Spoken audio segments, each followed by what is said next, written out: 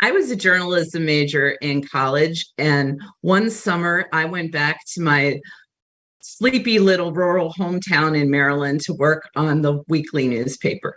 Now, don't get me wrong, I was thrilled to be working as a journalist, but I was a little bit jealous of my classmates who were going off to internships at big city dailies like the Miami Herald or the Dallas Morning News. But see, back then, internships at major newspapers did not pay anything, and I had to earn money for college. There was no way I could work for free all summer and pay rent in some place like Miami. So it was back to my childhood bedroom and a minimum wage job at the local paper. Now, one really hot July morning, I got this assignment to go and write a story about a park that was going to open in a few weeks. A wealthy heiress had left her 600-acre farm on the river to the state of Maryland, and I was going to go interview the park director and take a few photos. But when I got there, I looked around and I thought, how am I going to write a story about this? It's just fields and barns. There is literally nothing here. Well, I found the park director and he took me around, showed me where the picnic tables were going to be and the horse barn they were going to turn into a museum. And I was taking a lot of notes, but I was also thinking, I wonder what my classmate at the Miami Herald is doing today. Then he took me down close to the river to an archaeology dig.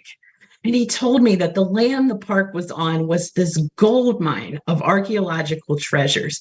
It had been inhabited by indigenous people for thousands of years, and then British colonists, and then the enslaved when the land was a plantation. There was so much history here. And then one of the archaeologists showed me this fragment of a plate that she had just unearthed. And I thought, this is so cool. I wasn't worried about my article anymore. I had my angle. And then the park director said, while we're down here, let's go to the beach. It's not cleared yet, but it's going to be a great place for families.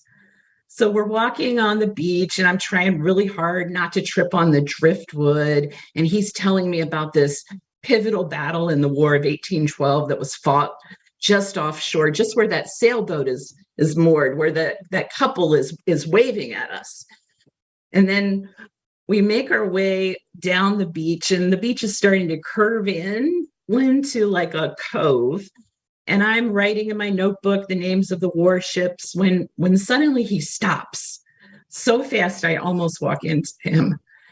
And then I stop and I blink, because it takes a second for my brain to catch up with my eyes.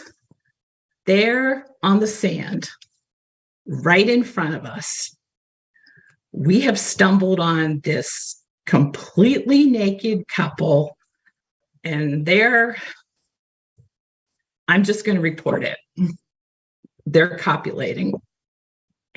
And the angle at which we approached them and their energy level, which was quite impressive on a really hot July day, well, you can't unsee that. I can still see it. Well, the park director grabbed me by the elbow and started marching me up the beach. And he said, oh my God, I'm so sorry. And he's just apologizing until we get close to that sailboat. And then he starts yelling, hey, tell your friends it's time to go. And then he's back to, oh my God, I'm so sorry. And I'm telling him, look, it's okay. Don't worry about it. But I realize my day at the park is over. Well, I do write the article and it's great. I get a 2-page spread and I get to keep in a sentence about how the beach at the park is very romantic. And then in the fall, I go back to college. And I'm not jealous of my classmates with their fancy internships anymore, because I've learned that there are good stories everywhere. You just have to find the right angle, although sometimes you stumble on it.